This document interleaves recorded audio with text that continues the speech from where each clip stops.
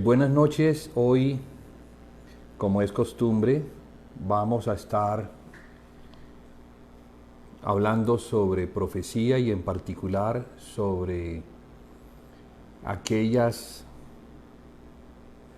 palabras que nos muestran la inminente venida del Señor Jesucristo. La semana pasada estuvimos haciendo una cosmovisión, presentando una cosmovisión de la iglesia, de las 7 iglesias de Apocalipsis.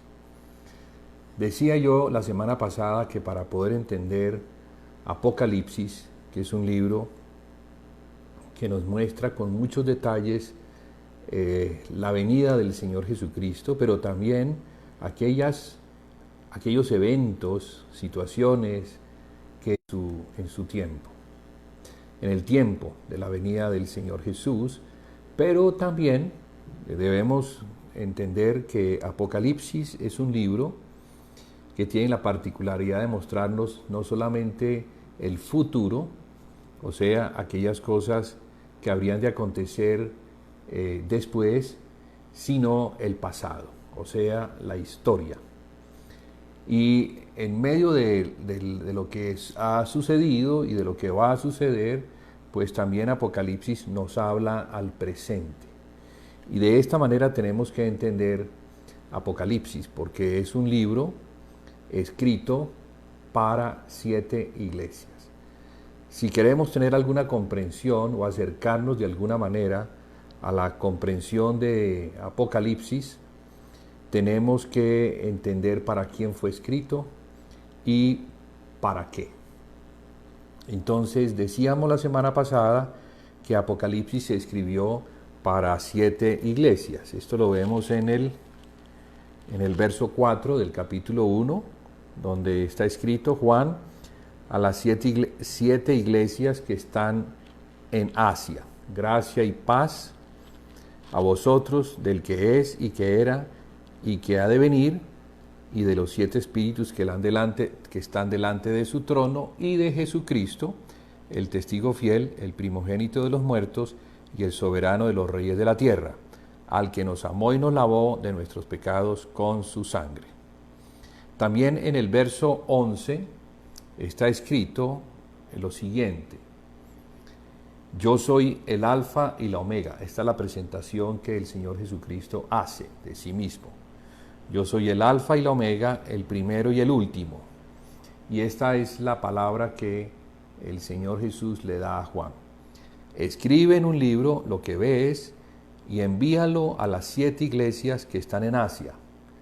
Y aquí las menciona: a Éfeso, Esmirna, Pérgamo, Tiatira, Sardis, Filadelfia y Laodicea. Sí, aquí tenemos entonces el propósito del libro. Encontramos que el propósito era que las iglesias del Asia, estas 7 iglesias, pudieran conocer algunas cosas importantes de parte del Señor Jesús. Apocalipsis es la revelación de Jesucristo. Es la revelación que Jesucristo da de sí mismo a estas 7 iglesias, a fin de que ellas puedan conocer lo que el Señor les quiere decir. Entonces ahí encontramos correcciones, encontramos advertencias, y también vamos a ver cómo aquellos que vencen sobre la situación, sobre la degradación, van a recibir galardones. Esa es como la estructura básica, ¿no?, que nos permite luego entender el resto de las visiones que Juan está recibiendo, y tenemos entonces que conectarlas, porque no están aisladas de las iglesias. Las iglesias han sido llamadas o posicionadas por el Señor en una determinada localidad para que sean la luz y la sal, la luz del mundo y la sal de la tierra. Y eso es lo que se espera de ellas que mantengan esa condición, esa posición delante del Señor, como candeleros que alumbran. Para eso es un candelero, por lo menos en el tiempo pasado, donde no teníamos la energía. Hoy alumbramos de una manera diferente, pero en el pasado era por medio de candeleros, por medio de candiles, lámparas de aceite. Entonces, este candelero que se menciona en el verso 20 del capítulo número 1, del cual hablábamos la semana pasada, nos muestra de qué es que se trata esto. Porque lo que Juan ve en principio es a un sacerdote, que es el Señor Jesús, paseándose en medio de 7 candeleros con 7 estrellas en su mano. Juan se pregunta, ¿cuál es el significado de estas estrellas y de los 7 candeleros? Entonces, en el verso 20 vemos la respuesta y es esta: el misterio de las 7 estrellas que has visto en mi diestra y de los 7 candeleros de oro es este, 2 puntos. Las 7 estrellas son los ángeles de las 7 iglesias y los 7 candeleros que has visto son las 7 iglesias. Bueno, esto, ¿por qué es importante? Porque prácticamente todo va a estar relacionado con estos mensajeros, estos ángeles que tienen una responsabilidad de dar el mensaje a las iglesias locales.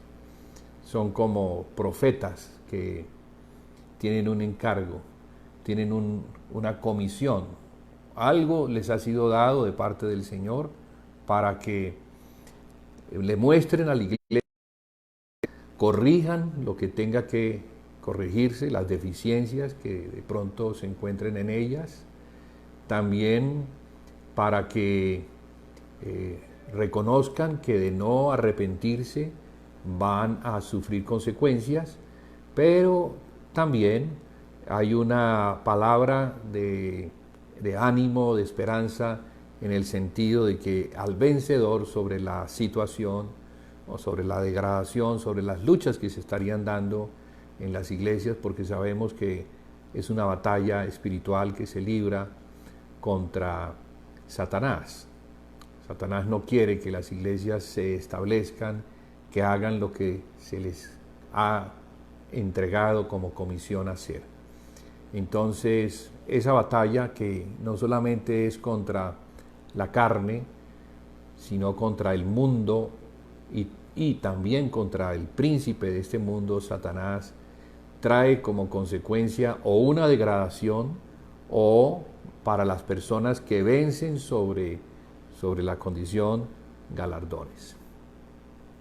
Vamos a continuar entonces con la temática que nos habíamos propuesto dar desde la semana pasada, y era tener una cosmovisión de las 7 iglesias. Y por medio de esa cosmovisión, entonces, comprender un poquito mejor aquellos otros capítulos que están relacionados con el Señor mismo, capítulo 4 y 5, en los lugares celestiales, allá donde está el trono del Señor, donde Él es glorificado, donde es bendecido y alabado. Capítulo 6, donde se muestran los sellos, y de allí el desatar de los sellos, que nos muestra todo lo que ha venido aconteciendo a lo largo de la historia de la iglesia. Entonces, con esto que quisiera decir que lo que vemos en Apocalipsis no solamente es para ser considerado hacia el futuro, sino que son situaciones que se han venido dando, y como consecuencia de esas situaciones, entonces ha habido luchas, peleas, y en esas la iglesia ha ido avanzando en el conocimiento del Hijo de Dios. Y así hay que considerarlo, porque a veces pensamos que Apocalipsis es un libro solamente futurista. Cuando miramos los sellos, entonces pensamos, no, eso es algo que se va a dar al final del tiempo, en la gran tribulación. Pero lo que sí podemos ver es que la iglesia ha pasado por tribulaciones, ha pasado por luchas, ha pasado por muchas dificultades en esto de establecerse como la luz, como el candelero en la localidad a donde ha sido colocada. Entonces, así tenemos que verlo. También diría que estas 7 iglesias representan en su número, representan una plenitud. El número 7, el Señor usa los números para hablarnos, ¿no? Entonces, para hablar de plenitud, usa el número 7. Plenitud o algo que Él considera que está completo, entonces el número 7. Por ejemplo, la semana que tiene 7 días. Entonces, cada ciclo, desde el primer día hasta el último día, está conformado de 7 días. Para hablarnos de las iglesias, pues ha usado también el número 7. Y de esa forma, Él quiere mostrarnos que esas 7 iglesias ubicadas en Asia hablan de la plenitud. Y queremos encontrar algo relacionado con la iglesia a nivel universal y a nivel local, entonces lo vamos a ver perfectamente en estas 7 iglesias, para que no estemos buscando por otros lados. No, el Señor se aseguró y nos ha dado un libro histórico y profético de la iglesia misma. Entonces el Señor ve la iglesia como un todo, como un cuerpo, ¿sí? A nivel universal, como el cuerpo de Cristo, pero también la ve como una iglesia local, y por eso entonces nos muestra que hay 7 iglesias. Si no, nos mostraría una sola, pero como hay particularidades que debemos nosotros entender en las iglesias que luchan con situaciones en cada localidad, pues así mismo entonces el Señor nos lo muestra. No es la iglesia católica, apostólica y romana, el concepto que tienen los católicos, de una iglesia universal solamente, con una sede en Roma, no. Según la Biblia, aunque la iglesia es universal, también es local. Y al ser local, ella tiene autonomía, ella tiene independencia, y ella en su independencia no depende de las otras iglesias, así sean muy vecinas. No, porque cada localidad tiene su asunto, tiene sus gentes, su cultura, en fin, y la iglesia entonces, que está gobernada por Jesucristo, debe responder a cada localidad. Diría entonces también que la estructura de estas 7 iglesias la podríamos dividir en 2 grupos. Un primer grupo de las 3 primeras iglesias, la iglesia de Éfeso, la iglesia de Esmirna y la iglesia de Pérgamo. Este primer grupo nos muestran lo que permitió que la iglesia llegara a un determinado estado. Voy a explicar. La primera de las iglesias mencionadas es la iglesia de Éfeso, y habíamos dicho la semana pasada que representa a la iglesia post-apostólica. Vemos a la iglesia apostólica como la iglesia de los Hechos, pero las otras iglesias, después de que los apóstoles partieron con el Señor, se quedaron con el depósito que les fue dado. Los apóstoles las establecieron, ya bien sea en Jerusalén, como la iglesia judía, o en los territorios gentiles, donde se encontraban,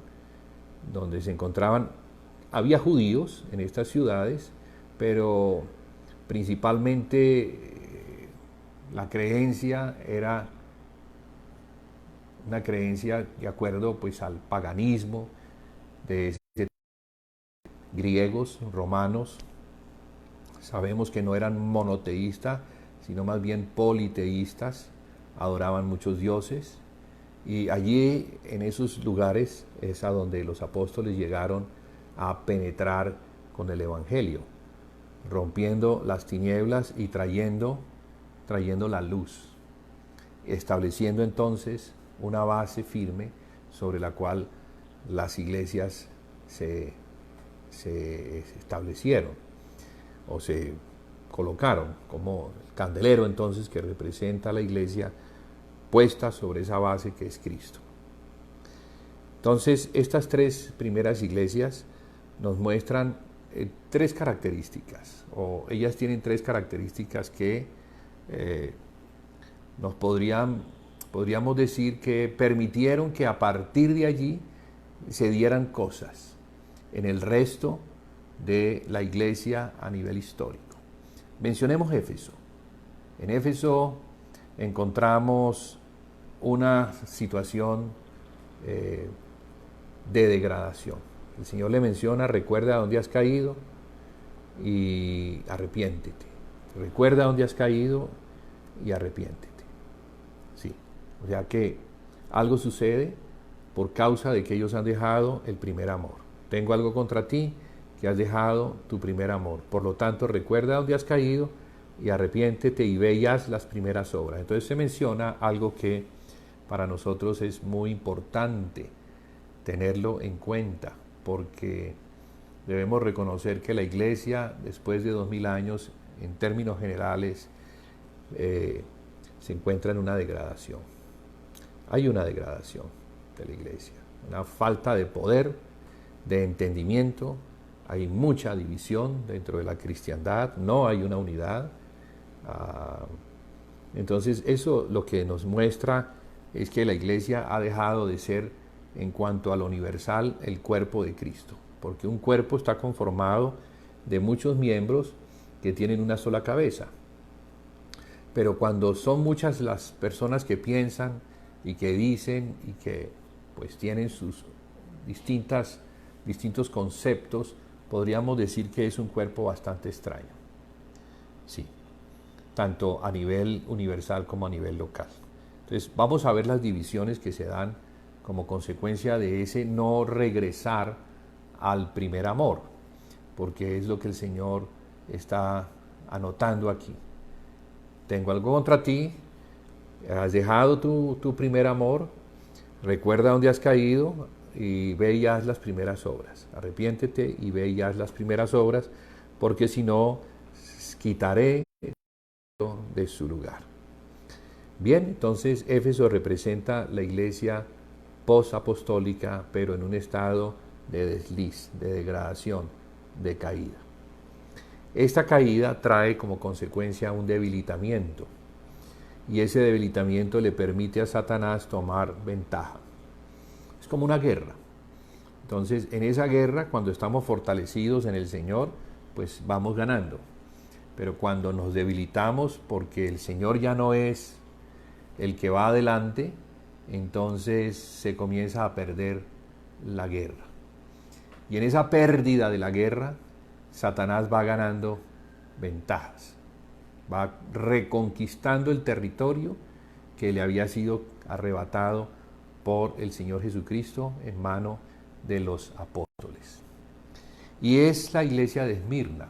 A la iglesia de Esmirna el Señor le dice algo así, ¿sí?, que nos muestra este estado de debilitamiento, de pérdida del poder. Y es algo que Juan, como testigo de lo que le ha sucedido a la iglesia, está observando. Recordemos que él está prisionero en la isla de Patmos.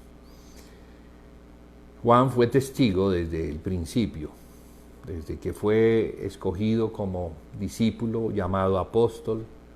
Luego estuvo al frente del Señor cuando le crucificaron, cuando murió.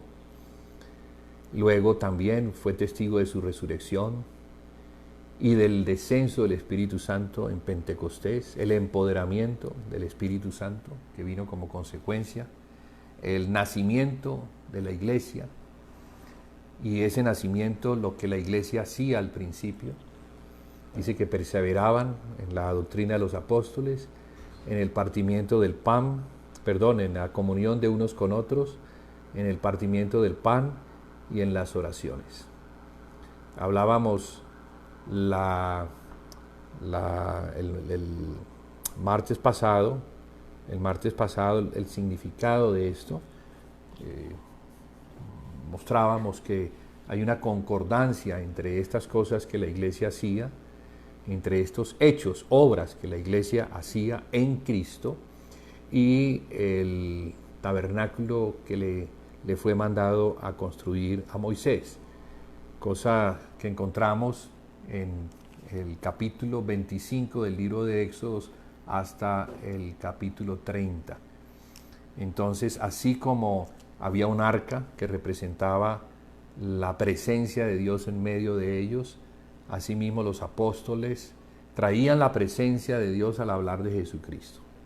Entonces el trabajo de los apóstoles era enseñar acerca de lo que ellos habían visto, pues fueron testigos y además habían sido empoderados y tenían un acompañamiento que les permitía hacer milagros y prodigios, lo cual confirmaba que la palabra que ellos estaban dando era la palabra de Dios.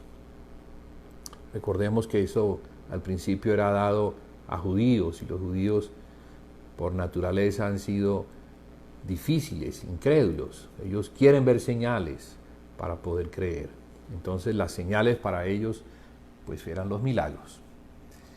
Y bien, entonces Juan había sido testigo de cómo la iglesia había comenzado y cómo había avanzado en su conquista, llamémoslo así, del mundo al cual el Señor Jesucristo les había enviado. Porque así lo dijo él antes de su partida: toda autoridad me es dada en el cielo y en la tierra, por lo tanto, id. Entonces les manda para que vayan por el mundo a las naciones, predicando este evangelio del reino y esperando que aquellos que crean se establezcan como iglesia en cada localidad.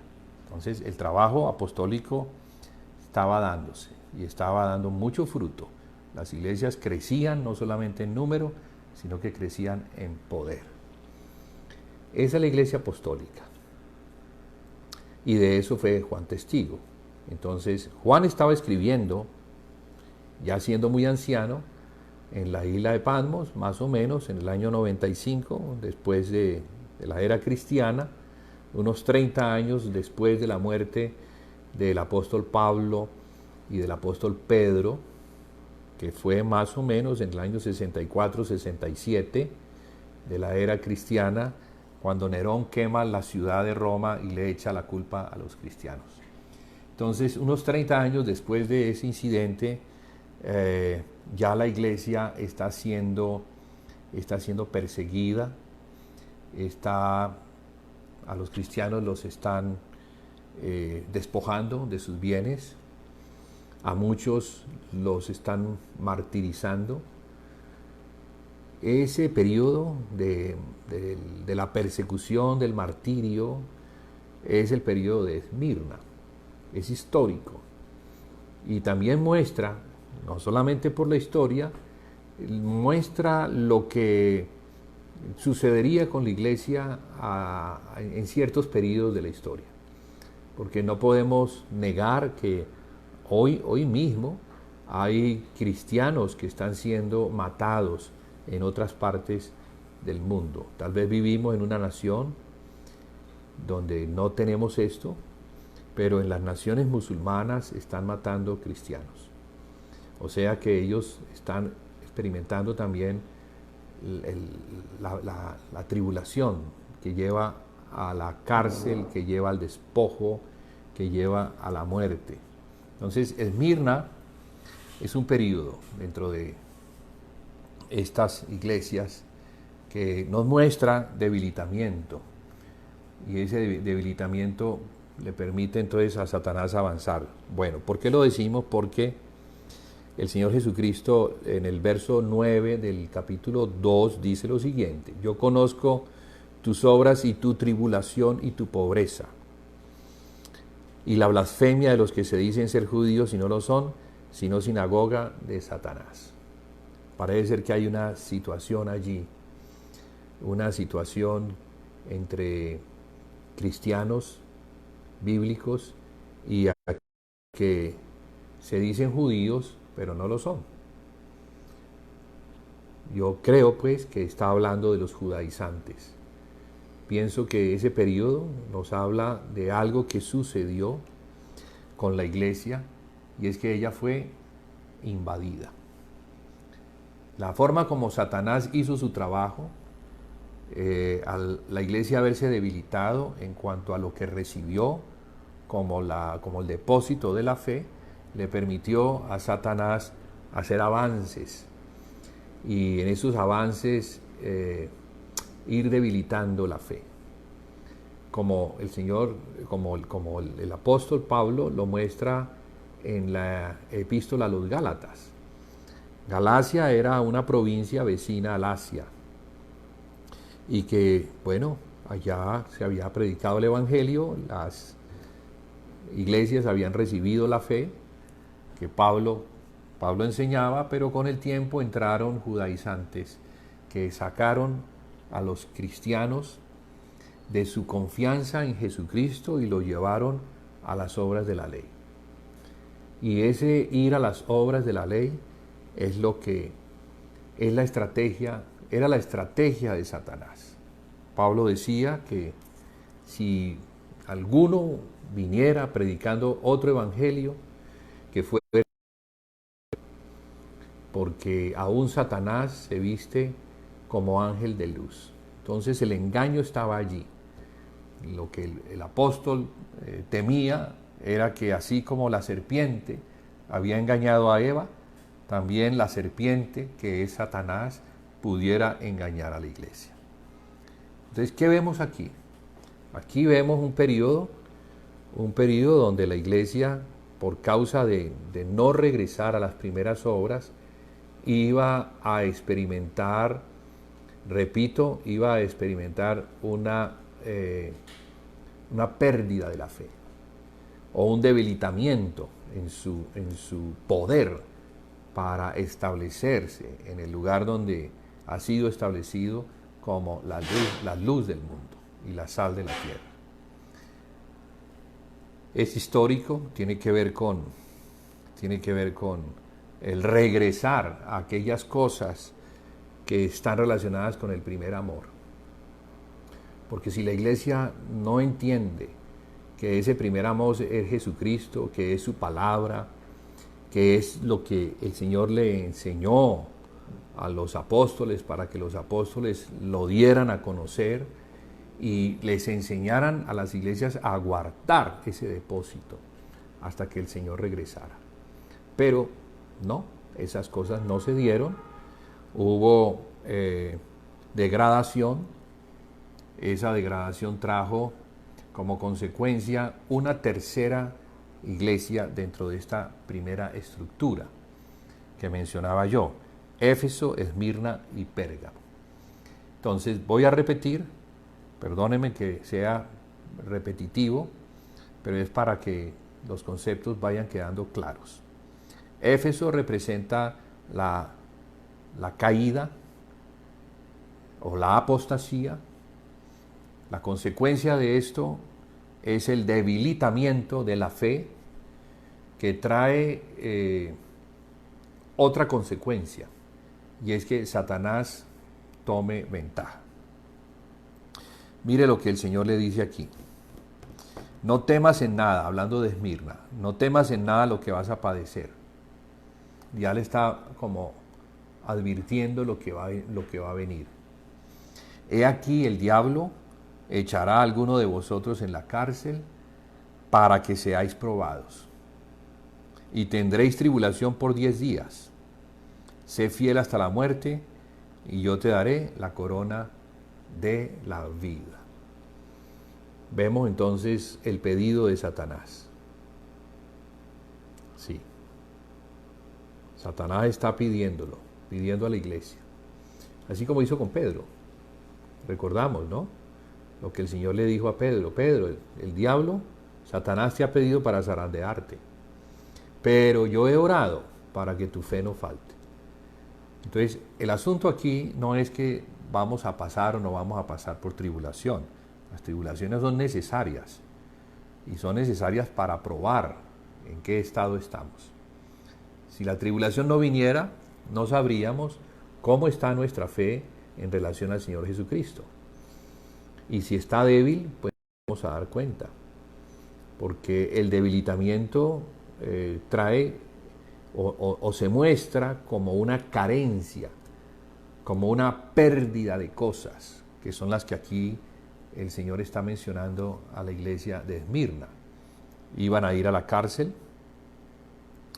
El diablo echará a alguno de vosotros en la cárcel para que seáis probados. Luego habla de tribulación por 10 días, que no son 10 días calendario, lunes, martes, miércoles, jueves, sino que históricamente son los días en los cuales, perdón, en los cuales la iglesia fue perseguida por 10 emperadores romanos. 10 emperadores que se ensañaron contra la iglesia y decidieron acabarla. Y así fue. Y en un periodo que duró casi 200 años, la iglesia estuvo en gran persecución y tribulación. La tercera iglesia dentro de este primer grupo es la iglesia de Pérgamo. Pérgamo viene a ser como la consecuencia del debilitamiento. Vamos a mirarlo en términos de batalla. Si estamos fortalecidos, si estamos resistiendo al diablo con las armas espirituales, él va a huir. Pero si no lo estamos resistiendo porque nuestras armas se han desgastado, entonces él va a avanzar. Y en esa guerra nos vamos a debilitar. Pero para volver a la fuerza debemos recobrar las armas que se han debilitado. Y eso tiene que ver con fe. Pero si la fe no regresa, entonces lo que viene es la invasión. Entonces, Pérgamo representa en esta estructura, representa la invasión. Ya es, un momentito, ya es lo que viene como resultado de haber abandonado ese primer amor, que está relacionado con guardar la palabra y no negar el nombre de Jesús. Y eso lo digo porque solamente a una iglesia se le menciona esa condición, que la iglesia de Filadelfia, la cual no es reprendida, el Señor le dice: por cuanto has guardado mi palabra y no has negado mi nombre, yo abriré delante de ti una puerta que nadie puede cerrar. Sin embargo, aquí pareciera ser que las puertas están cerradas y la iglesia no tiene escapatoria. Pérgamo entonces trae dos poderes que invadieron y trajeron en su invasión una catástrofe. Ya a partir de allí la iglesia iba a tener una decadencia prácticamente total. Y esos dos poderes espirituales, como si fueran generales espirituales que Satanás envió para penetrar en la iglesia, sabemos que las doctrinas de demonios tienen que ver con enseñanzas. Entonces, estas son doctrinas. Y es la doctrina de Balaam y la de los Nicolaitas en la iglesia de Pérgamo. Históricamente podríamos decir que la iglesia de Pérgamo representa en la historia a la iglesia imperial. Digo imperial porque todavía El César romano estaba en su posición de emperador. Sabemos que en el año 300, pasaditos, el año 312, 313 de la era cristiana, el emperador Constantino hizo algo, aparentemente a favor del cristianismo. Pero eso que se ve como a favor del cristianismo en realidad trajo unos resultados catastróficos. Y es que hubo un matrimonio. La palabra Pérgamo es una palabra que nos habla de casamiento. Poligamia, por ejemplo, es una palabra que habla de muchos matrimonios. Poli, muchos, gamia, matrimonios. Aquí per, fuerte, y gamo, de gamia, matrimonio. Entonces es un matrimonio muy fuerte. La iglesia estaría casada de una manera muy fuerte, pero no con el Señor Jesucristo. No, ya no es el Señor Jesucristo el que es su Señor. Ya la iglesia perdió la noción de que ella tenía que guardarse, estarse preparando el vestido de novia para la venida del novio. Es un asunto espiritual. Está puesta es en el Señor Jesús. No lo vemos, pero sabemos que Él está en los lugares celestiales. Seguimos al invisible, pero creemos en el invisible, debemos creer en el invisible más que creer en lo que es visible. Lo que es visible es engañoso, pero la palabra del Señor, todo va a pasar, todo, absolutamente todo. El cielo y la tierra van a pasar, pero la palabra del Señor no va a pasar. Y todo, absolutamente todo, hasta la última coma, se tiene que cumplir. Todo lo que ha sido escrito se tiene que cumplir. De modo que, bien, la iglesia perdió la fe. Y al perder la fe, entonces ahora está poniendo su confianza no en las palabras del Evangelio. En esta época no había escrituras que los cristianos pudieran tener. Era prácticamente imposible acudir a ellas. Y entonces imagínense, uno sin la palabra, pues ¿cómo puede saber? Entonces depende de aquellos que se dicen los pastores, que se dicen los maestros o los profetas, que enseñan desde el púlpito para poder conocer un poco acerca de Dios y de Jesucristo. Es un periodo bastante complejo, porque no hay de dónde agarrarse. La iglesia, en realidad, al perder la herencia, porque es que es una herencia que se daba de boca en boca. Ahora tenemos las escrituras, pero antes no eran las escrituras, sino que era el hablar de los apóstoles. Ese hablar había que guardarlo, memorizarlo. Y en la medida en que se memorizaba, tú lo podías dar a la próxima generación, que también debía guardarlo. Debía memorizar las palabras del Señor Jesús, dadas por medio de apóstoles. Y si eso se hacía, entonces la iglesia podía avanzar siempre con el acompañamiento del Espíritu Santo, que confirma las palabras que proceden de Cristo. Pero a la muerte de los apóstoles se pierde en gran parte el testimonio y quedan unos recuerdos de cosas que se dijeron, y cada vez en la distancia y en los años pues se va diluyendo al punto que se va perdiendo el poder. Por eso entonces, al no tener bases firmes, al no estar parados sobre la palabra y tener confianza en ella, y al haber perdido las mismas prácticas que al hacerlas se confirma que el Señor Jesucristo es fiel a su palabra. Explico. Si nosotros practicamos lo que a la iglesia neotestamentaria que vemos en el libro practicaba, y lo practicaba era porque eso era lo que el Señor les había mandado hacer, entonces no vamos a tener problemas. No lo vamos a tener. Gracias a Dios tenemos el modelo, tenemos lo que se hacía, los resultados de lo que se hacía, y pues ¿qué nos cuesta a nosotros regresar a ese primer amor, a esas primeras obras, a esa luz que alumbra para hacer testimonio a una localidad? Bien, esas cosas ya no se hacían. Ya se había perdido el recuerdo, ya ahora lo que quedaba era una iglesia bajo otras doctrinas, ya eran las herejías que estaban penetrando, y una muy fuerte era la de Balaam. Bueno, el Señor menciona a la doctrina de Balaam para que vayamos a las Escrituras y investiguemos por qué el Señor menciona a Balaam.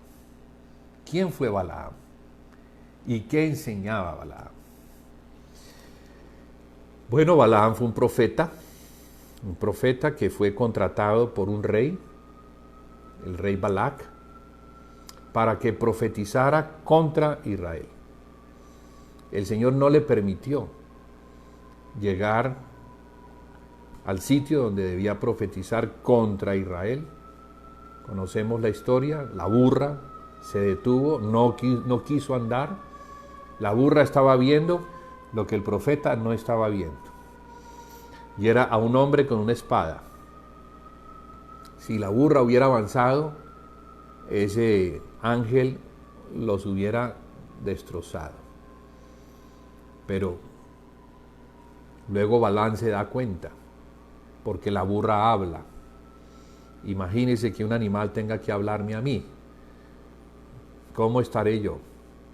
El punto es que Balaam, para no perder la recompensa que le están ofreciendo, entonces va a donde Balac y le da una estrategia y le dice: mira, yo no puedo profetizar porque se me prohíbe profetizar contra Israel, pero no se me prohíbe darte un consejo. Entonces él le da un consejo y le dice: mira, yo conozco al Señor, al Dios de los israelitas, y Él es muy celoso.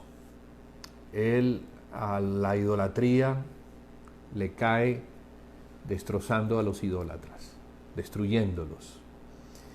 Vamos a hacer algo. Llévate unas mujeres de tu campamento, mételas allí en el campamento de los hebreos, para que los hebreos se apeguen a estas mujeres, al punto que ellas los seduzcan, no solamente para lo que podría ser actos sexuales, sino idolatría. Entonces, esta enseñanza de Balaam trajo mortandad en el pueblo de Israel. En los ejércitos de Israel, muchos murieron por causa de la inmoralidad sexual, de la fornicación y de la idolatría. Entonces, aquí el Señor está mencionando a la iglesia de Pérgamo, que es muy casado, ya lo decíamos, le está mencionando esta doctrina. Esta doctrina igual, o esta enseñanza, o este consejo que es demoníaco, penetró en la iglesia. Entonces la iglesia ya no estaba viendo al Señor Jesucristo.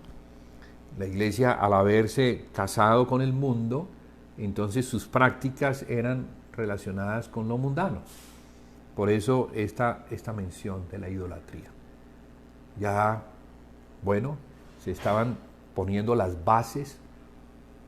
Por eso digo que Apocalipsis debemos dividirlo en estos dos grupos. El primer grupo, que es Éfeso, Esmirna y Pérgamo, permite poner unas bases para lo que va a resultar después.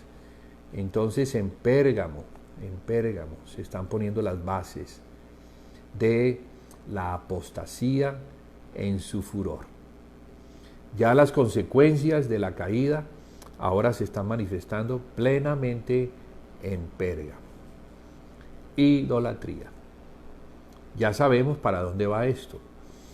Ya sabemos. ¿Y de dónde viene? ¿De dónde proviene? Bueno, de ese matrimonio con Constantino, Constantino, un César, adorador de ídolos, seguramente no hizo una conversión total, no se limpió de la idolatría y trajo la idolatría, la impuso prácticamente a la iglesia.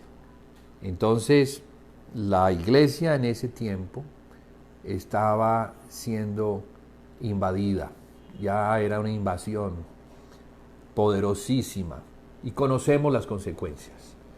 La semana pasada estuvimos hablando, no, la semana antepasada estuvimos hablando del paralelo entre Israel y la iglesia y cómo Israel, cuando entró en apostasía por causa de la idolatría, el Señor dividió al reino. El reino lo dividió en dos por la idolatría de Salomón, un rey que al estar avanzado en años, las mujeres lo llevaron también de la misma manera que estaba el consejo que estaba dando Balaam. Mujeres, ¿sí? Fornicación, idolatría, quemar incienso a los ídolos, y trae como consecuencia una división, y la división trae más divisiones y más divisiones hasta que prácticamente se pierde todo el poder. Así fue entonces con Pérgamo. Estamos viendo aquí cómo todo tipo de idolatría es mortal. Carnalidad, pérdida de la fe. No se confía en el Señor, sino que ya se está confiando es en los medios naturales, en lo que provee el mundo, en lo que ofrece el mundo como engaño de Satanás para que la iglesia pueda funcionar. Ya no funciona por el poder del Espíritu, sino que funciona por el poder humano, por los recursos humanos, por las riquezas humanas. Ya no son las riquezas que provienen de Cristo las que le permiten a la iglesia mantener una posición y una posición de autoridad y además de ser luz. Bien, tenemos entonces a Balaam, pero hay otra doctrina que también entró, invadió, otro general de rango superior. Y este es muy importante porque habla de la doctrina de los nicolaitas. La palabra nicolaita es una palabra griega que viene de Nicolás y es una palabra compuesta, Nico y Laos. La palabra Nico habla de el que conquista y Laos habla de pueblo. Si las unimos, entonces encontramos que el nicolaitismo es una enseñanza que prácticamente anuló el sacerdocio del creyente y puso sobre el sacerdocio del creyente, puso un sacerdocio que se enseñoreó, conquistó las almas del pueblo, en este caso pues el pueblo cristiano, y los anuló. Castró su capacidad de servir al Señor con sus dones, con su corazón, con su entendimiento. Entonces allí ya Satanás pudo prácticamente establecer un puesto de control sobre la iglesia, al establecer por enseñanza que era necesario que para llegar a ser un servidor había que pasar por seminarios, por educadores. Ya no era, ya el que servía al Señor no lo servía porque era constituido por el Señor, por los dones que el Señor daba, por la sabiduría que se adquiere cuando se tiene la palabra. No, ya no. Ya estas cosas habían sido reemplazadas, habían sido quitadas Ahora eran hombres en la carne, ejerciendo un sacerdocio sobre el pueblo del Señor. Dio base para que se constituyera la iglesia que viene a continuación, que es la iglesia de Tiatira. Por eso entonces insisto en que estas tres iglesias, que son estructurales, porque colocaron las bases de la apostasía. Primero, en la de Éfeso se nos muestra las causales, porque has dejado tu primer amor, y ese primer amor está relacionado con las primeras obras, aquellas cosas que la iglesia hacía en obediencia a lo que el Señor Jesucristo le había enseñado a los apóstoles a guardar. Entonces, Él les había dicho, el Señor Jesús, antes de irse, enséñeles a guardar todas las cosas que yo les he mandado. Así lo hicieron y así la iglesia, por eso perseveraba. Pero después se menciona que no, que ya las primeras obras ya no se hacen, que se están haciendo otras cosas. Entonces, eso lo relaciona el Señor con el amor a Cristo. Has dejado tu primer amor o tu mejor amor o aquel amor que debe estar por encima de todos los demás amores. ¿A cambio de qué? De otros amores que ya no eran pues conforme a lo que se les había ordenado, sino a lo que a la iglesia le parecía que estaba bien. Muy bien, entonces, resultado de Esmirna, debilitamiento, y luego la invasión o penetración de los poderes demoníacos que se desataron sobre la iglesia para establecer una base de apostasía. Entonces, en este momentico no quisiera avanzar mucho, perdónenme un momentico.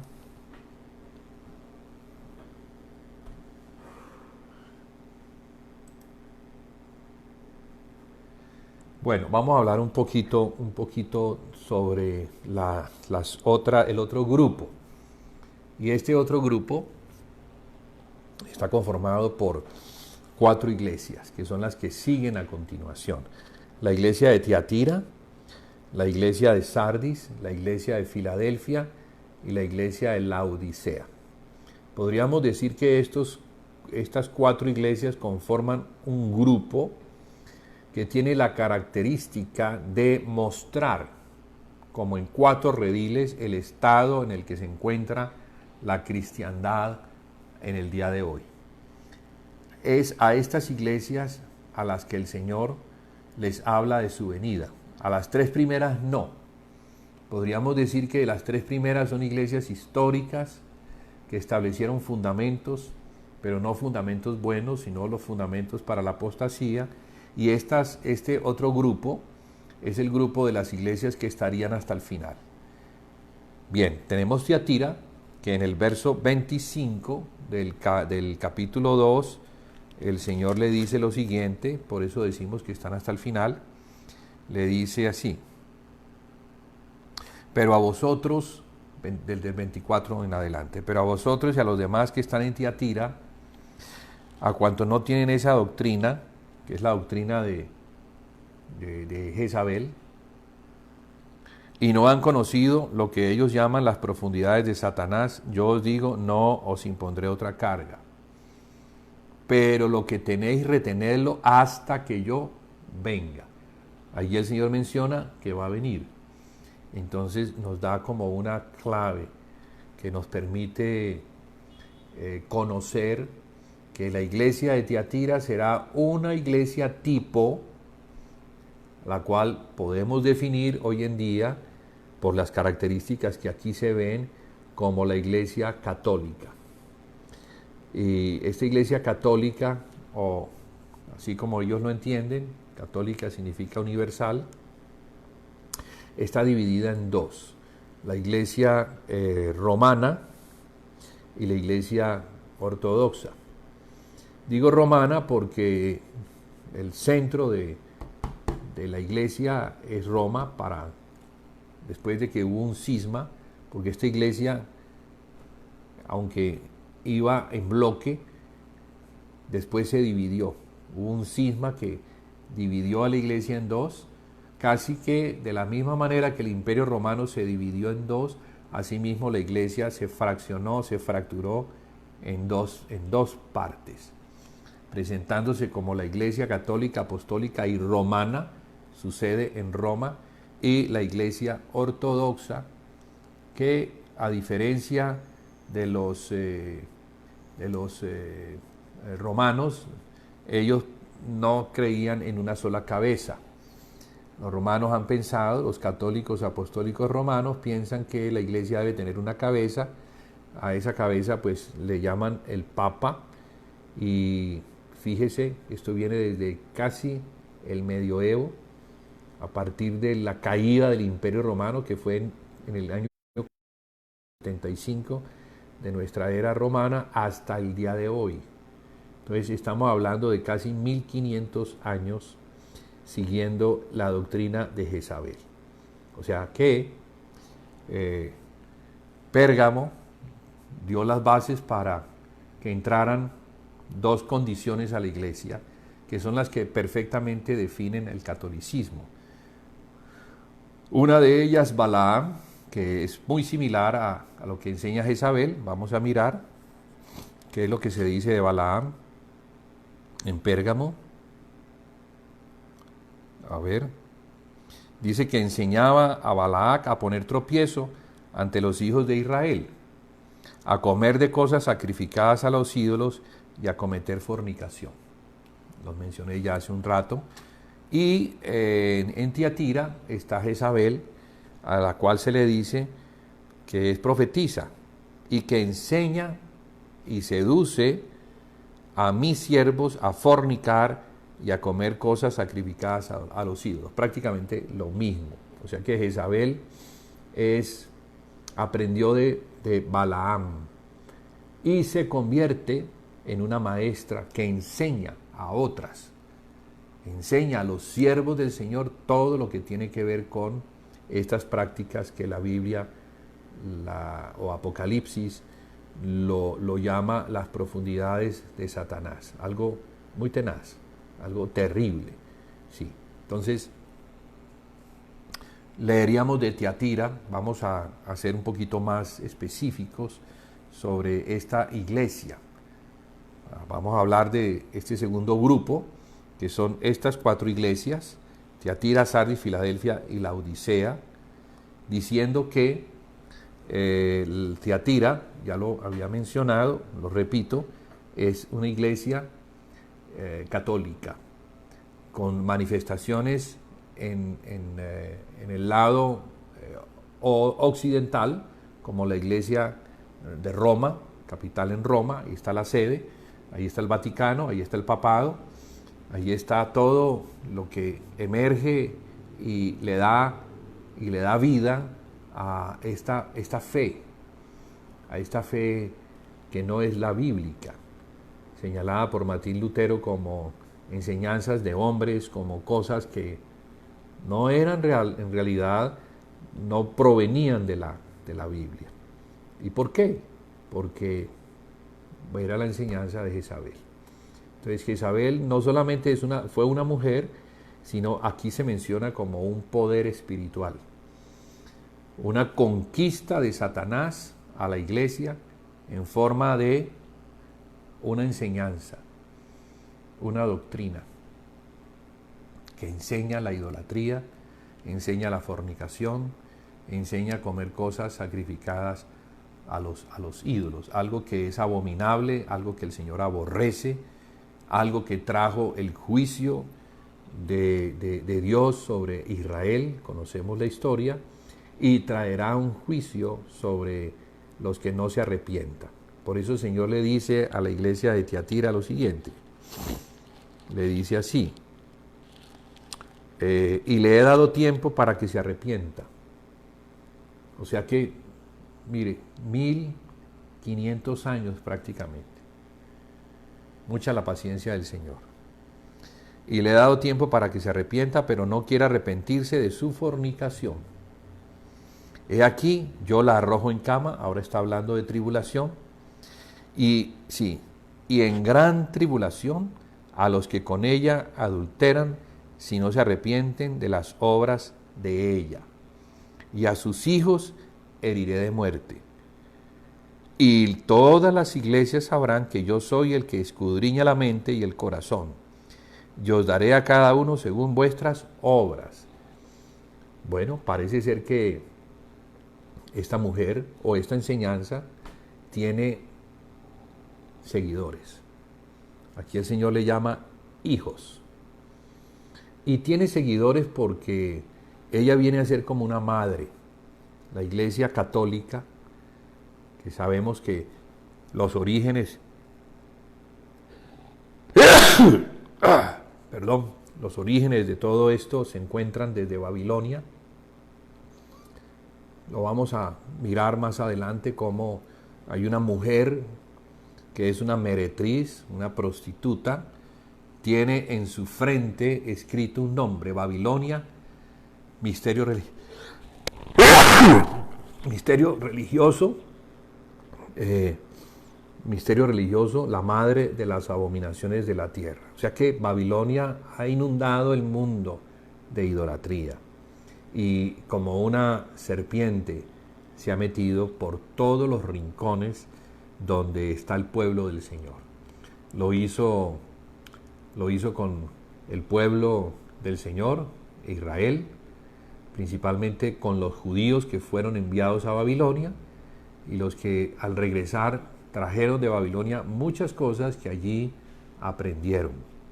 Pero también, de la misma manera que los judíos fueron enviados a Babilonia, también la iglesia ha sido enviada a la Babilonia espiritual, a ese estado de idolatría, a ese lugar donde Satanás es el que enseña, y tiene esos mensajeros como Balac, como la doctrina de los Nicolaitas, como Jezabel misma. Vemos pues entonces que las enseñanzas o estas doctrinas de demonio hicieron curso, avanzaron mucho hasta prácticamente llenar la copa de la idolatría, el vino de Babilonia, del cual se habla en Apocalipsis 17. Dije al principio que Apocalipsis es un libro escrito para 7 iglesias, y todo esto pues está relacionado. No podemos leer los capítulos que siguen al capítulo 3, que son 2 capítulos que hacen referencia a las iglesias, pensando que eso no está escrito para ellas. No, es precisamente a causa de que la iglesia es lo que es, y se espera que haga lo que el Señor quiere que haga, o sea, que sea justa, que sea santa, que sea una luz que alumbre en el mundo, y que sea la sal de la tierra. Y por eso entonces vienen todas estas palabras de corrección, pero también de advertencia y de juicio, cuando no se logra la corrección. Entonces ha venido juicio sobre la iglesia que no corrigió, y así como sucedió en la historia, que es lo que necesitamos nosotros, como acudir a la historia, mirar más las cosas en la historia de la iglesia, tal y como se dieron, a fin de que aprendamos que lo que el Señor dice es verdad. Y si Él ha dado tiempo para el arrepentimiento, pero no se logra el arrepentimiento, pues entonces sabremos que viene el juicio. Mire algo aquí interesante, y es que a la iglesia de Éfeso el Señor le dice algo diferente a la iglesia de Tiatira. Y quiero destacarlo.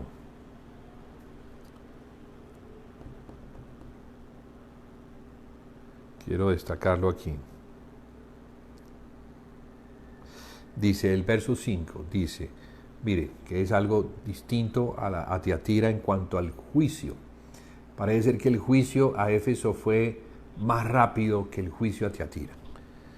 Recuerda por tanto de dónde has caído y arrepiéntete y haz las primeras obras, pues si no, vendré pronto a ti y quitaré tu candelero de su lugar si no te hubieres arrepentido. O sea, aquí era urgente el arrepentimiento. En cambio, en Tiatira se menciona, y le he dado tiempo para que se arrepienta, pero no se quiere arrepentir de su fornicación.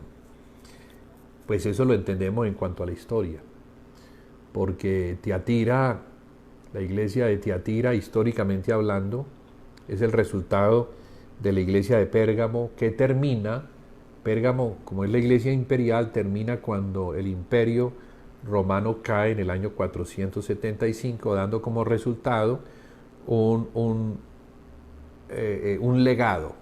Entonces, Pérgamo trabajó para poner una base que sobre la misma se habría de construir una iglesia falsa. Y esa iglesia falsa emerge a partir del año 475 como la Iglesia Católica, Apostólica y Romana, el resultado de su relación con Constantino, ya lo mencioné, que pues trae todo este asunto del nicolaitismo, que es, hoy en día lo vemos como el clero y el laicado.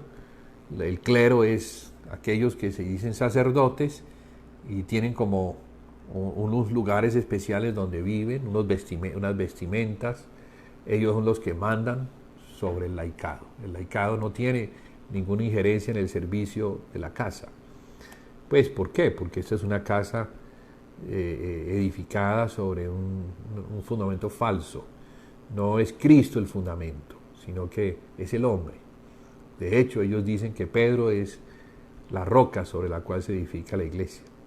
Imagínense, si es un hombre mortal que no ha resucitado, no hay evidencia de que Pedro haya resucitado, y no estoy hablando mal de Pedro, sino que solamente uno ha resucitado, primogénito, las primicias, el primero en resucitar entre los que van a resucitar después de que el Señor venga a recoger a su iglesia.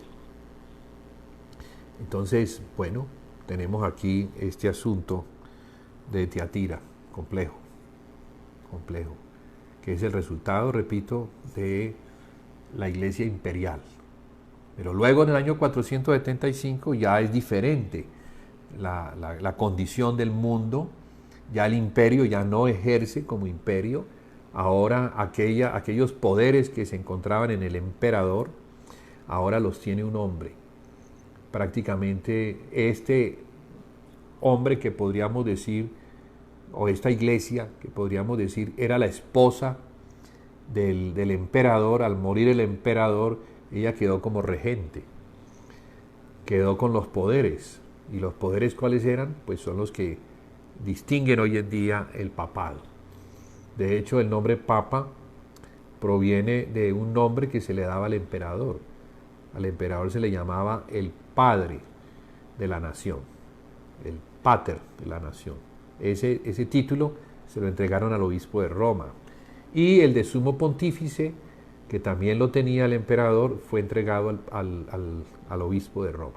Entonces, al morir el imperio y los emperadores no tener ya más injerencia, quedó un césaropapismo. El papa tomó la posición de César, y es lo que vemos prácticamente a lo largo de todo el medioevo, un hombre que es la cabeza de la iglesia, al cual todos los reyes se postran. Él es el más importante sobre todos. Bueno, eso es una iglesia que perdió el camino, porque no era el camino de la iglesia. Sabemos que Cristo sí es el rey, es el que reina, pero está en los cielos y ha prometido venir a establecer un reino. El reino del Señor Jesús no es de este mundo. Y mientras que se mantengan los reyes de este mundo, porque se les ha concedido un tiempo, el Señor Jesucristo no va a venir a reinar. Entonces no le corresponde a la iglesia establecer el reino. para que el Señor venga. No, el Señor cuando venga va a establecer el reino.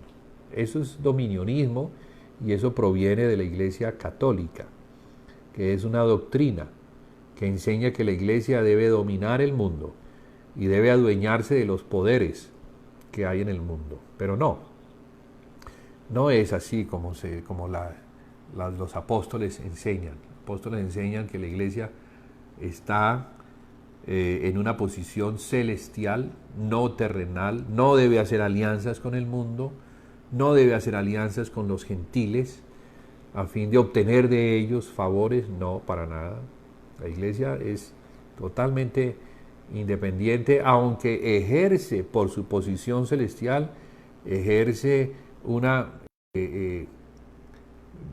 llamémoslo así, o da una bendición especial para que la presencia de Dios se mantenga, mientras que el Señor Jesucristo viene y se establece como Rey de las naciones.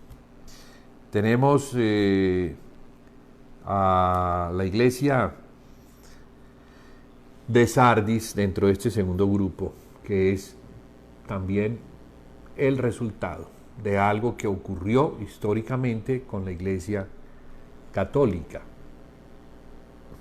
La palabra Sardis significa separado y tiene que ver con la separación que se dio entre Martín Lutero, que era un monje católico, que no concebía que la iglesia tuviera que dividirse. Él entendía que la iglesia era una, de hecho la iglesia es una, y por eso es católica, pero también es una en cada localidad. O sea que ella, y esto lo repito una y otra vez, aunque ella es, en cuanto a la universalidad, es el cuerpo de Cristo, y todos los que son de Cristo ya han sido redimidos, bañados por la sangre y pertenecen en el Espíritu al cuerpo de Cristo, ellos son uno en Cristo. Pero en cada localidad la cosa también tiene su presentación y es diferente. No es permitido que la iglesia, mire qué cosa, la iglesia católica es universal, pero ejerce también su dominio sobre las iglesias locales. O sea que las iglesias locales no son independientes, no son autónomas, ellas tienen que estar ligadas a lo que Roma diga, y eso no es bíblico. Si Roma dice que hay que enseñar eso, eso es lo que hay que enseñar. Pero si enseña la idolatría, pues la idolatría es la que hay que enseñar. Si enseña el culto a María, pues el culto a María es el que hay que enseñar. Entonces, bueno, Satanás logró, por medio de esta deformación de la fe, de la doctrina apostólica, logró adueñarse de un gran número de la cristiandad, a los cuales no se les enseñaba la fe bíblica, sino que era la fe impuesta, no venía de la Biblia, venía de Jezabel. Así, con palabras sencillas. Esto lo descubrió este monje en el siglo XVI, a principios de 1500. Martín Lutero se da cuenta, porque comienza a estudiar las Escrituras y ve que mucho de lo que se enseña y que prácticamente sale de Roma, Roma es la que establece la doctrina de la fe, no es conforme a... Entonces yo me imagino que al principio no fue fácil para este monje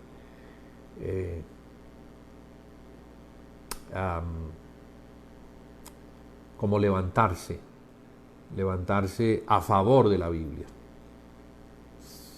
Creo que debió haber tenido muchas luchas, pero al final su conciencia, que había sido limpiada por la palabra, lo obliga. ¿Y lo obliga a qué? Lo obliga a hablar. Entonces Martín Lutero comienza a hablar, comienza a protestar, de ahí el nombre que se le da a aquellos que siguen a Martín Lutero, protestantes, porque él protestó. 95 líneas de protesta las pone sobre la puerta de la iglesia de la localidad donde él vive, en Wittenberg, y eran protestas contra las herejías, las enseñanzas, que no eran conforme a la fe de la palabra. Entonces, bueno, no voy a quedarme mucho tiempo hablando de eso. Hay información que se puede encontrar y películas incluso sobre Martín Lutero. Lo que quisiera decir es que hubo una separación provocada por el Señor. El Señor necesitaba esta separación a fin de limpiar a la iglesia. Si esto no se hubiera dado, entonces el catolicismo se hubiese adueñado prácticamente del resto de la cristiandad, porque así era en el tiempo de Martín Lutero. Pero por causa de lo que el Señor quiso hacer, entonces este hombre fue separado pensando que lo iban a destruir, entre otras lo querían matar, pero Dios lo reservó y lo protegió por medio de un príncipe que ve que este Martín tiene palabras, dice cosas que tienen sentido. Y así comenzó entonces el hombre a enseñar, a predicar. Algo que él descubre y entiende es que la Biblia tiene que darse a conocer. Él sabe que es por la ignorancia de las palabras de Dios que el pueblo perece bajo poderes demoníacos. Entonces, la única manera de sacar al pueblo de Dios de los poderes demoníacos, de la oscuridad, de la tiniebla, en la que se mantuvo esta iglesia por cerca de 1000 años, un periodo que se conoce como el oscurantismo, para poderla sacar se necesita la palabra. Entonces, él se pone en la tarea de traducir la Biblia, traducirla al lenguaje alemán, para que el pueblo la pueda leer. Y el primer libro que se imprimió en la imprenta de Wittenberg fue la Biblia. Y claro, cuando la Biblia aparece, la luz comienza a llegar.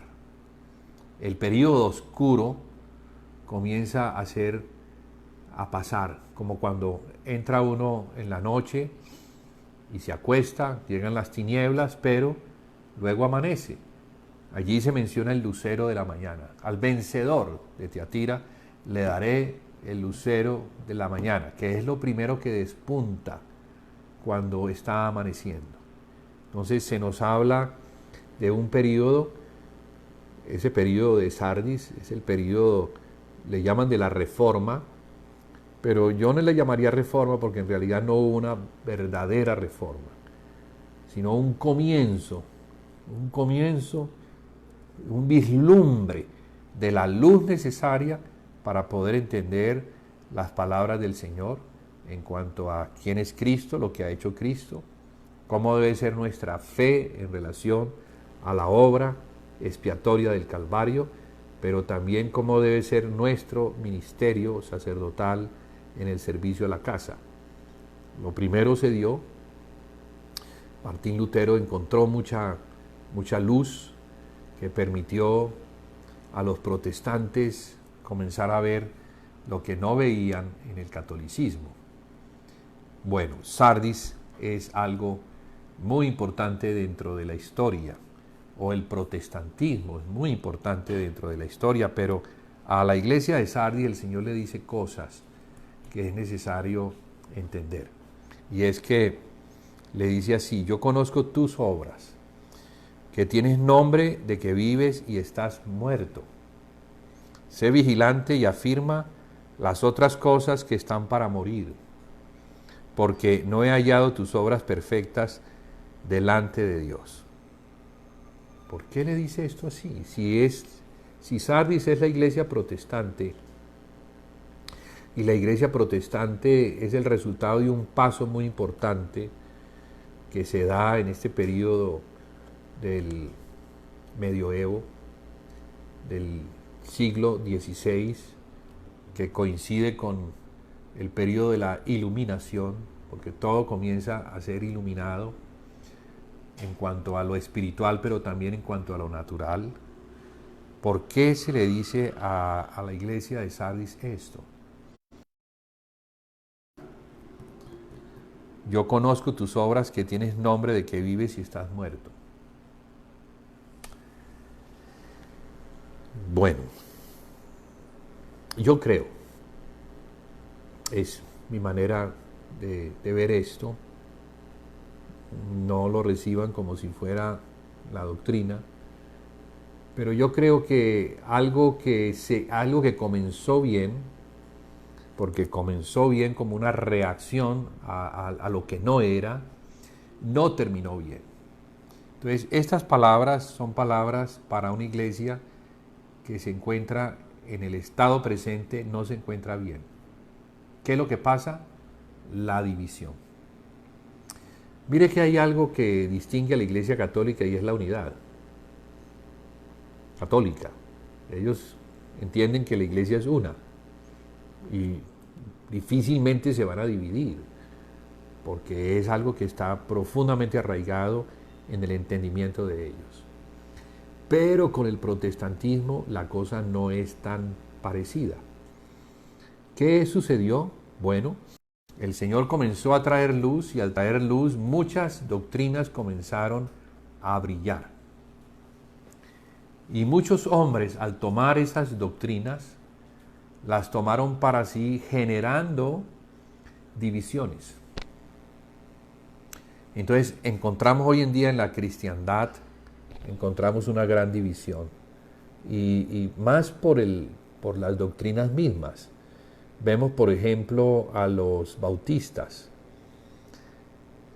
Son un sector de la iglesia protestante. Vemos a los metodistas, otro sector de la iglesia. También vemos a los carismáticos. Y así podíamos mencionar muchísimos sectores que tienen sus énfasis según las enseñanzas que han recibido y las defienden a capa y espada. Pero ¿cuál es la verdad en todo esto? Que Cristo no está dividido. A la iglesia de Corintio el apóstol Pablo le escribe algo y le dice: bueno, hay un problema en ustedes, porque algunos dicen yo soy de Pablo, otros yo soy de Cefas, otros yo soy de Apolos y otros yo soy de Cristo. Ya en una iglesia, que era el cuerpo de Cristo a nivel local, ya se estaban dando las divisiones por seguir hombres. Claro, Pablo enseña de una manera, Cefas enseña de otra manera, Apolos enseña de otra manera y seguramente con énfasis, pero eso no es para que nos dividamos.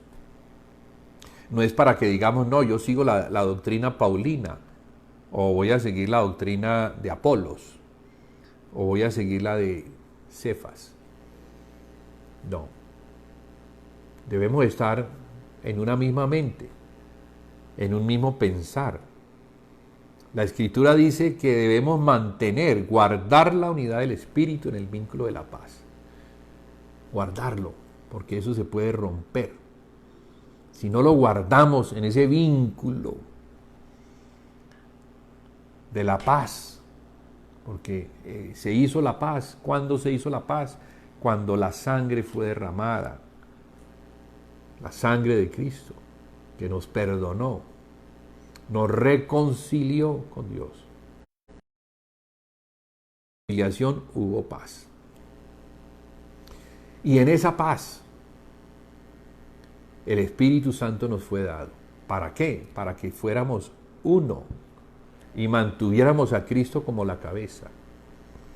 Porque hay algo que no tenemos todavía, y es la unidad de la fe. Hay algo que sí tenemos y debemos guardar, es la unidad del Espíritu en el vínculo de la paz. Pero debemos caminar hasta que lleguemos a la unidad de la fe y del conocimiento del Hijo de Dios, a un varón perfecto. Esa es la iglesia. La iglesia es la que está establecida en Cristo, es el cuerpo de Cristo, la cabeza es Cristo, nadie más. Él constituye a unos como apóstoles, a otros como profetas, a otros como evangelistas, a otros como pastores y maestros. Y ellos no están para que la iglesia los siga, sino que ellos están para perfeccionar a los santos, para que los santos hagan la obra del ministerio.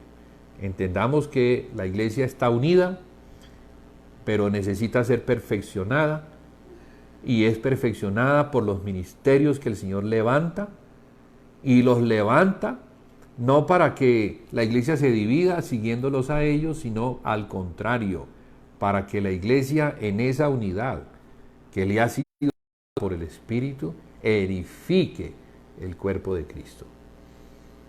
¿Y lo edifique hasta cuándo? Lo edifique hasta que lleguemos a la unidad de la fe. La unidad de la fe es algo que no hemos alcanzado, pero solamente lo alcanzaremos si mantenemos la unidad del Espíritu. Pero si nos dividimos, ¿cómo se va a llegar a la unidad de la fe? ¿Cómo puedo yo tener unidad de fe con un bautista si yo soy carismático y los bautistas no creen en los dones del Espíritu? ¿Ve? No se puede. No se puede. Entonces, ¿qué tendrá que hacer el Señor? Pues tiene que venir una revolución para que todos entendamos que no es por allí que se edifica el cuerpo de Cristo.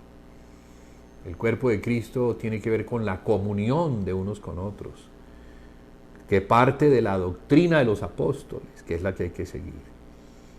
Entonces debemos regresar, ¿sí?, a las primeras obras.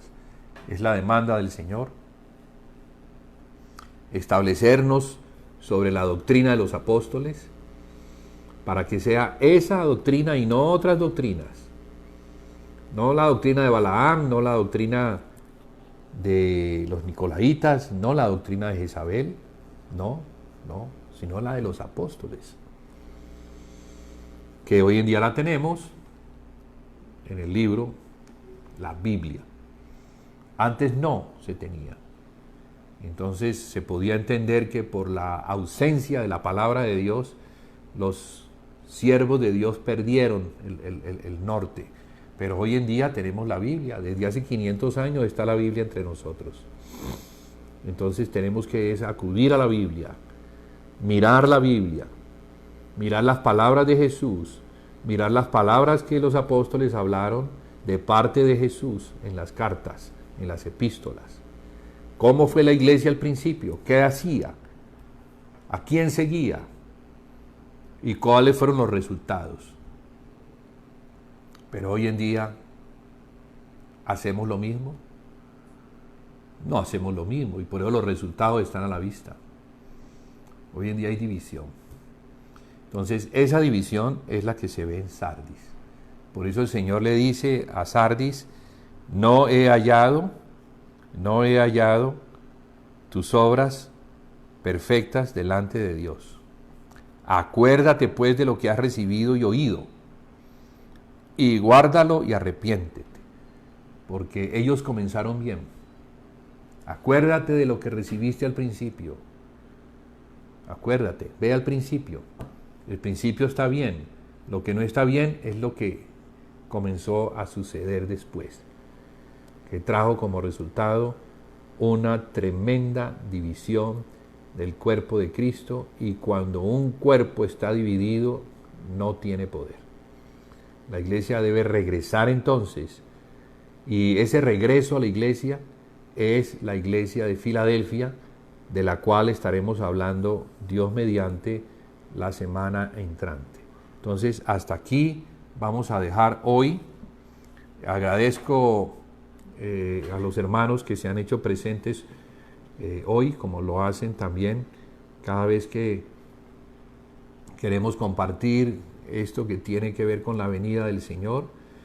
Y qué importante es que la iglesia entienda, porque El Señor viene por una iglesia que esté ordenada, una iglesia sin mancha y sin arruga, una iglesia a la que se le pueda decir: gocémonos y alegrémonos porque han llegado las bodas del Cordero, y a su esposa se le ha concedido que se vista de lino fino, blanco y resplandeciente, porque el lino fino es las acciones justas de los santos. Entonces, la iglesia tendrá en el tiempo después de la gran tribulación, cuando haya sido limpiada, tendrá eso, el que se le conceda, porque es una concesión.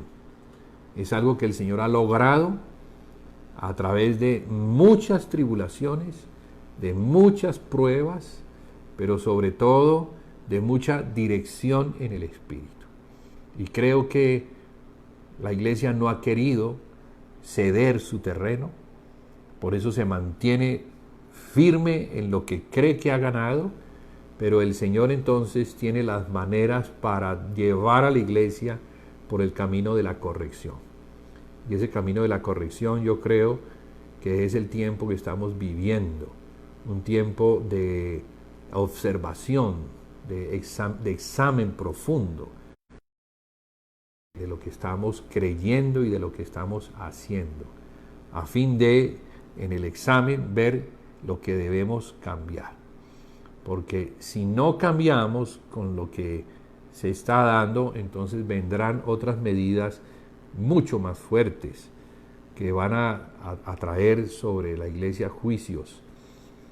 Y los juicios no son para perdición, sino para corrección, para limpieza, para purificación, para que después de que ella esté limpia, se haya limpiado de toda la impureza que ha recibido, en la contaminación con el mundo, entonces ella sí se pueda vestir. Entonces todos los que nos vamos a vestir, primero nos bañamos. No nos vamos a vestir sudados ni mugrientos, nos vamos a bañar. Y eso es lo natural. Espiritualmente, ¿de qué habla? Agua. Y el agua es la palabra. Y esa palabra es la palabra apostólica, es la doctrina apostólica. Y son las obras justas, ¿sí? Aquellas cosas que tienen que ver con las primeras obras. Entonces, así dejamos, hermanos, para la semana entrante, ya hoy es viernes, no tengo la fecha, bien, ya la pondremos en el título, para que continuemos entonces con esto que tiene que ver con la preparación de la iglesia para el tiempo del fin, a fin de que una iglesia preparada, con entendimiento de su poder y de su posición, pueda pasar por el tiempo de la gran tribulación, pero no con pérdida, sino con ganancia, entendiendo lo que viene y sirviendo al Señor en lo que viene. Que el Señor les bendiga. Estaremos entonces la semana entrante a partir de las 7 el martes.